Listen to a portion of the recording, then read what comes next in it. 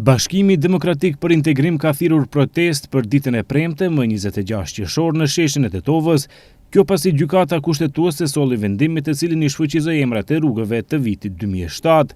Marshi protestues do të fillojë në ora 20 në sheshin e qytetit, ndërkaq mbrëm dhe sot vetëm se kanë filluar të vendosen afishe të ndryshme rrugëve të Tetovës me emrat e rrugëve se si ishin dhe si u bën pas vendimit të gjykatës kushtetuese. Bajram Rexhepi nga BDI ka njoftuar se vendimi për protestë u mor mbrëm, siç thot pas heshtjes së komunës së Tetovës ndaj kërkesës së tyre për seancë urgjente, ku kërkuan rimiratim të vendimit për emrat e rrugëve dhe pas arsyetimit të gjykatës kushtetuese.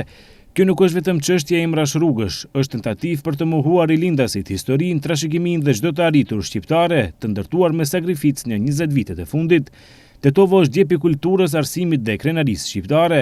Këtu kanë nisur dhe do të nisin lëvizjet që i çojnë përpara shqiptarët. Prandaj nuk pranojmë të kthehemi pas dhe nuk pranojmë asgjë më pak se dinjitetin tonë të plot, tha Rexhepi.